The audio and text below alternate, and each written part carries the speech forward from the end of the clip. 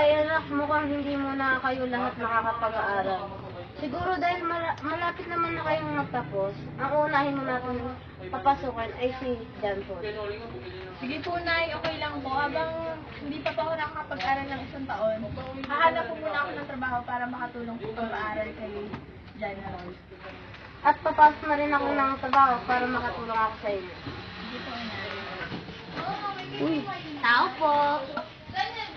Kaya pagbukas niya ng gate. Ano po yun? Gusto ko lang po magtanong, naghahanap pa rin po ba kayo ng labandera? Ay, opo. Pasok po kayo. Sige, salamat po. Kasama na rin po ito sa pagdalo. Ay, sige po ma'am. Sige po.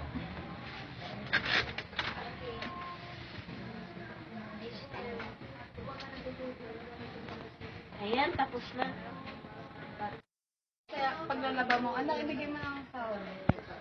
Maraming salamat po ma'am. Malaking tulong po ito sa pag-aaral ni Jacob. Sige, natawagan ko na lang ito sa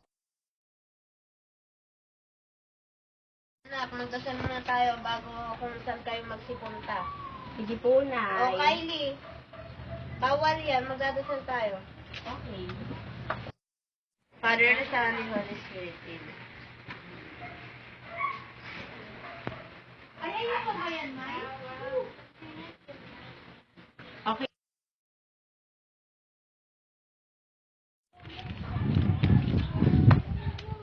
Nay, saan ba tayo pupunta? Punta na lang tayo, anak, sa palengke. Mamimili tayo ng sangkapson. Nay, may wallet. Nay, ibulsa na lang natin to. Huwag, anak, paalam na lang natin sa barangay kung sino may-ari mo. Sige, Nay, tara. Tao po! Sabihin po kayo. Ano po yun? Sabihin po kayo. Lingkod namin sa inyo.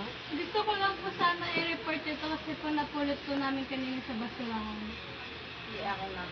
Sige, kami na lang ang bahala sa problema na ito. Okay po, salamat. Po, tuloy po kayo. Pwede ko po ba malaman kung dito nakatira si Janelle? Opo, andito po siya.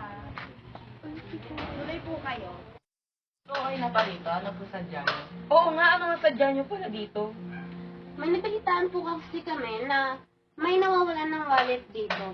Ay, ako po ang nawawala ng wallet. Ito ba yun? Oo, dito nga yung wallet ko. Tawag, Sharon, at binalik mo ang aking wallet. Maraming salamat sa inyong pakipag-kooperasyon. O sige, mari na kayong umalis.